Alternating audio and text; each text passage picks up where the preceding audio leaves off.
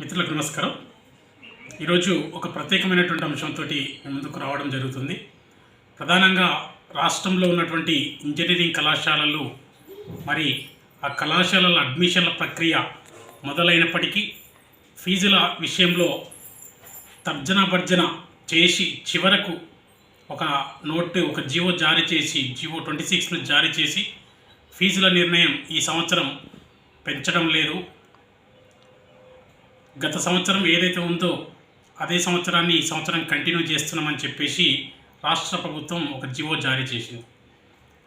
ప్రధానంగా ఈ ఫీజుల పెంపు అనేది ఎక్కువగా ఉద్యోగుల జీతభత్యాలపైనే ఆధారపడి ఉంటుంది.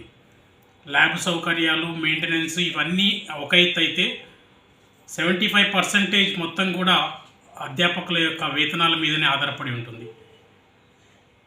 గత కొన్ని సంవత్సరాలుగా ఏ ఒక్క కళాశాలలో కూడా వేతన సంఘ స్కేల్స్ ఏవైతే ఉన్నాయో అప్పటి నుంచి ఇప్పటి వరకు ప్రస్తుతం 7th పే నడుస్తుంది.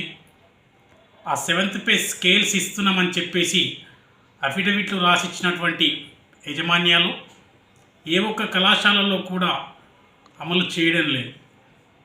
మరి అమలు చేయనప్పుడు టీఏఎఫ్ఆర్సి గత కొన్ని సంవత్సరాలుగా ఫీజులు పెంచుతూనే వచ్చింది.